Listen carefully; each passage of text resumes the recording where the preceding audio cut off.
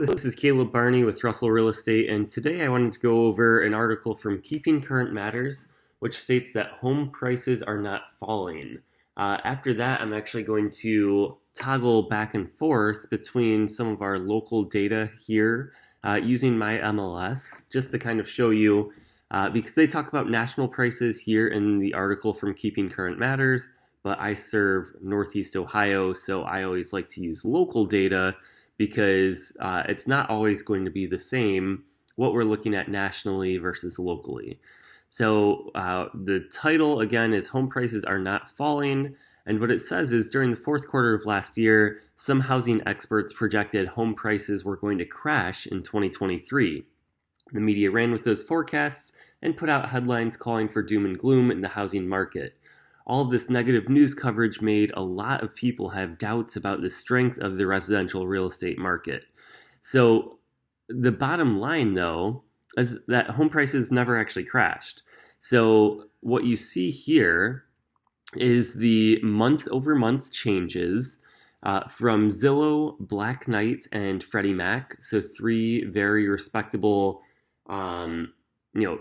companies that track each sale basically and give us a good understanding of what the national market looks like.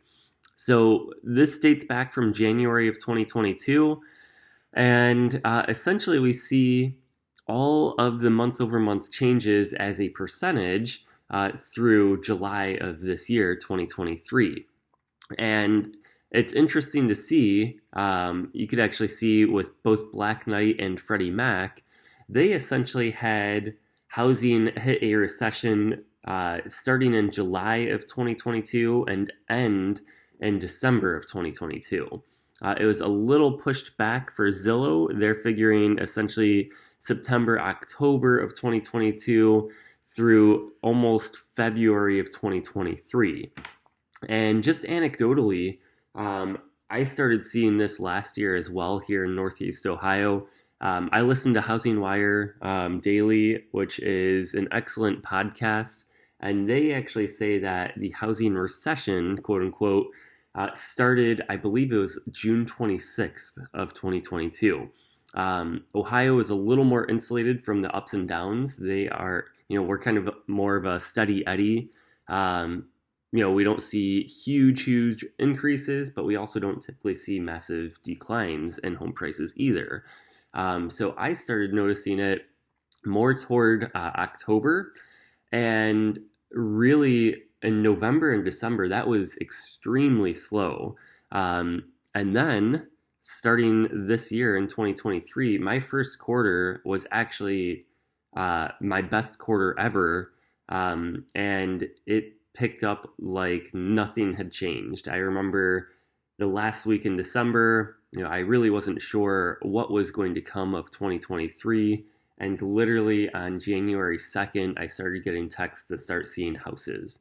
So that's basically what we're looking at, the month-over-month changes in home values from these three, providers basically. But let's take a look and see what Northeast Ohio had showed us. So before I show you the numbers here, I just used my office's location, which is in Medina, and did a 25-mile radius of my office. So these are a lot of the areas that I serve. I actually live in Strongsville, and I go all the way out to Menor, basically all the way down here, actually, and then crossing over to Worcester. I've done a deal in Ashland, then just all the way straight up.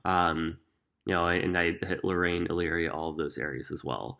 So looking at the data here, which is pulled from January 2022 to September of 2023, since I have that data being run here on October 3rd, we can see that, yes, we did see some year-over-year decreases. Month-over-month is a little different. Again, there's going to be seasonality here.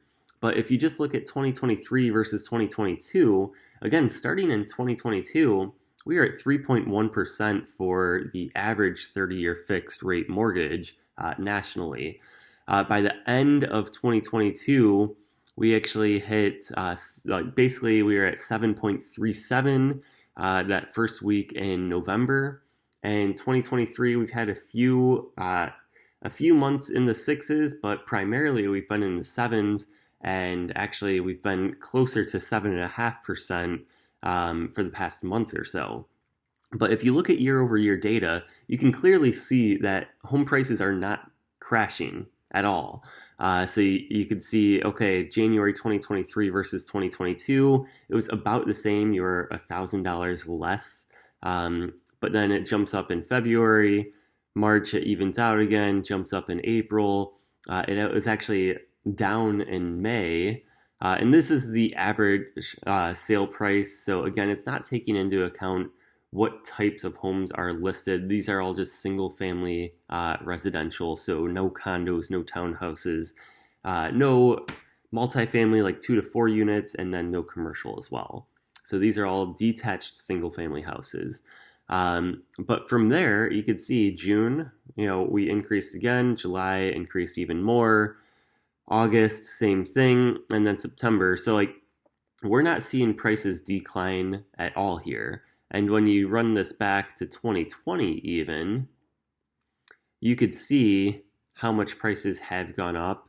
And again, it is a significant amount, but it's not like your Boise, Idaho, or your Austin, Texas, or your Florida markets, where certain cities have seen major home price appreciation. We are seeing steady home price appreciation.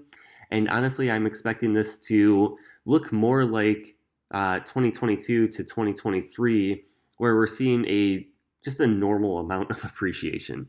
I don't see a huge decline, but I also don't see a huge incline like we saw from 2020 to 2021, where home prices were going up, $20,000 per year. And then even from 2021 to 2022, that was more of the same. Now we're seeing, basically flat to a little, maybe $5,000 increases for the year, which I honestly prefer because these massive increases in home values just weren't sustainable, and it wasn't a healthy market. So, no, I don't see a home crash. And that's where, especially if you're looking at news articles, news headlines, just make sure you're taking that with a grain of salt because they are talking about the national market. And I'm sure there are several areas, California, Texas, Florida, that will see price decreases. But as you can see nationally, that just hasn't really been the case month over month or year over year. So if you have any questions about the housing market, especially here in Northeast Ohio, the Cleveland to Akron, Medina areas, those are where I primarily serve. I'd be happy to answer any questions that you might have. And I do like to back everything up with statistics. Of course, I'm a full-time agent, so I have what I'm seeing and what I'm sensing in the market. But I don't want my opinions to be influenced without actually looking at the data too. And that's something that I always try to provide as just a way of backing up what I'm saying. So again, if you have any questions, let me know. Otherwise, have a great day.